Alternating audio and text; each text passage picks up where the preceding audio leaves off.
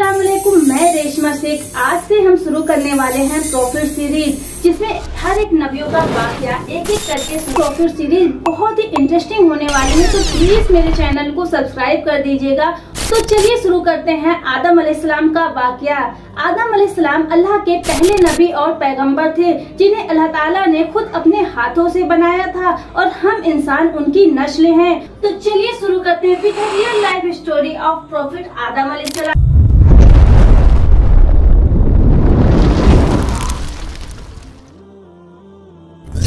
बकरा में अल्लाह ने आदम अलैहिस्सलाम का जिक्र किया है। जब अल्लाह ने इंसान की मखलूक को पैदा करने का इरादा किया, तो अल्लाह ने फरिश्तों से फरमाया, मैं ज़मीन में अपना एक खलीफा बनाने वाला हूँ। फरिश्तों को लगा कि शायद उनकी इबादत में कोई कमी रह गई है, इसीलिए अल्लाह ने नई मखलूक बनाने का इरादा किया है। फरिश्तों ने जिन्नों जैसी दूसरी मखलूक को भी देखी थी, जो ज्यादा अक्ल नहीं रखती थी और खुरजी करती थी। ऐ अल्लाह, हम तेरी इबादत, तस्बीह और पाकी बयान करते हैं। क्या तू ऐसी मखलूक पैदा करेगा जो जमीन में फसाद करेगी और खून खराबा करेगी? इसके जवाब में अल्लाह ने फरमाया, जो मैं जानता हूँ वो तुम नहीं जानते हो। फरिश्तों ने आपस में कहा कि अल्लाह ताला जो भी मखलूक पैदा करेगा वो हमसे ज़्यादा इल्म नहीं रख सकती है।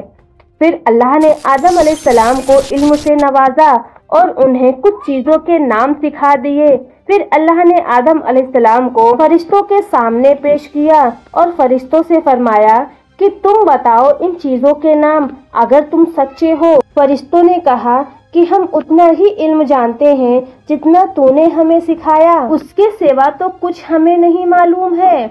फिर अल्लाह ताला ने फरमाया, ए आदम, तुम बताओ इन चीज़ों के नाम। आदम अलैहिस्सलाम ने उन चीज़ों के नाम बताए, तो अल्लाह ने फरिश्तों से फरमाया कि मैं ना कहता था कि मैं आसमानों और ज़मीन की पोशीदा चीज़ों को जानता हूँ। फिर अल्लाह ने फरिश्तों से फरमाया कि तुम आदम अलैहिस्सलाम को सजदा करो, तो सब सजदे में गिर गए बगैर शैतान के। शैतान ने सजदा नहीं किया। अल्लाह ने फरमाया कि इब्लीस, तुझे क्या हुआ कि तू सजदा करने वालों में शरीक ना हुआ? शैतान ने तकब्बुर में कहा, मैं ऐसा तो नहीं कि मैं इंसान को सजदा करूं जिसे तूने खटखनाती हुई सड़े हुए गारे की मिट्टी से बनाया है। मैं उससे बेहतर हूँ। तूने मुझे आग से पैदा किया है और उसे मिट्टी से पैदा किया है। अल्लाह ने शैतान से फरमाया, यहाँ से निकल जा, तू मरदूद है और तुझ पर कयामत के दिन तक लानत बरसेगी। शैतान ने कहा, मुझे कयामत तक की मोहलत दो। अल्लाह ने फरमाया, मोहलत है। शैतान ने अल्लाह से कहा कि तूने मुझे गुमराह किया है। मैं कसम खाता हूँ कि मैं इंसान की सीधी राह पर बैठूंगा और उन पर हमला करूंगा, उनके आगे से भी और उनके पीछे से भी, उनके दाएं से भी और उनके बाएं से भी। उनमें से अक्सर को तू शुक्र गुजार नहीं पाएगा।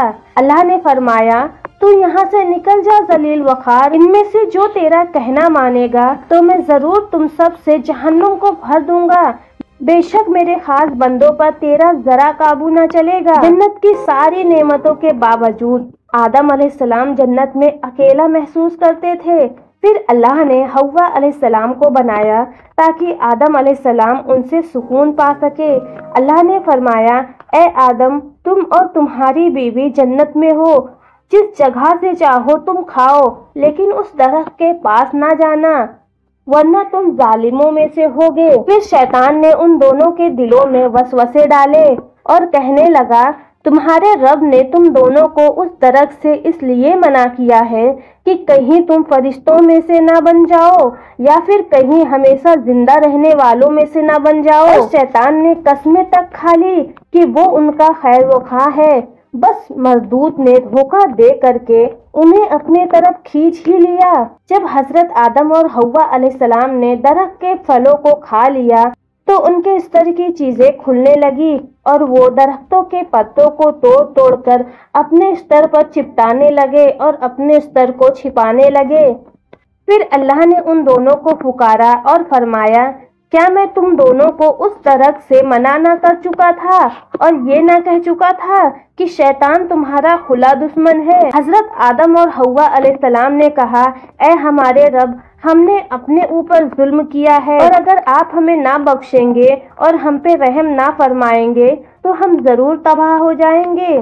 اللہ نے فرمایا کہ تم سب جنت سے نیچے اتر جاؤ، اب سے تم ایک دوسرے کے دشمن ہو، تمہارے لیے صرف زمین پر رہنے کی جگہ ہے اور ایک مدت تک تم نفع حاصل نہ کر سکو گے، اور اب تم کو وہیں پر زندگی گزارنی ہے، وہیں پر مرنا ہے اور وہیں پر پھر سے پیدا ہونا ہے۔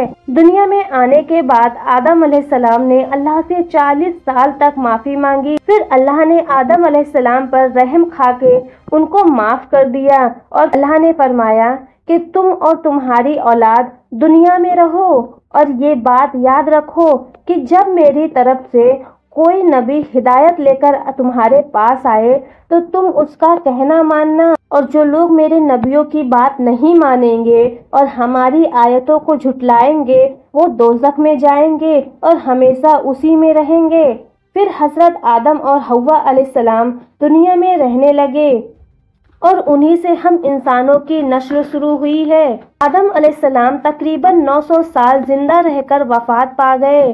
قرآن کے اس واقعے سے ہمیں یہ ہدایت ملتی ہے کہ جب شیطان نے غلطی کی تو اس نے معافی مانگنے کے بجائے تکبر کیا اور اللہ کو ہی اپنی گمراہی کا الزام دیا، اور آدم علیہ السلام سے جب غلطی ہوئی تو انہوں نے اپنی غلطی کو مانی اور فوراً توبہ کیا، اور تب تک معافی مانگتے رہے جب تک اللہ کو راضی نہ کر لیا۔ آدم علیہ السلام کی سنت یہ ہے کہ جب انسان سے کوئی غلطی ہو جائے تو وہ اللہ سے اپنے گناہوں کی معافی مانگے اور اپنے رب کو راضی کر لے، بے شک اللہ بہت معاف کرنے والا۔ تو یہ تھا آدم علیہ السلام کا بہترین واقعہ۔ آپ اگلے کون سے پروفٹ کی اسٹوری سننا چاہتے ہیں آپ پلیز کامنٹ کر کے مجھے ضرور بتائیے گا، اور آپ کو یہ پروفٹ سیریز میں تھوڑا سا بھی انٹرسٹ ہو تو آپ میرے چینل کو ضرور سبسکرائب کیجیے گا۔ دس از می ریشما شیخ۔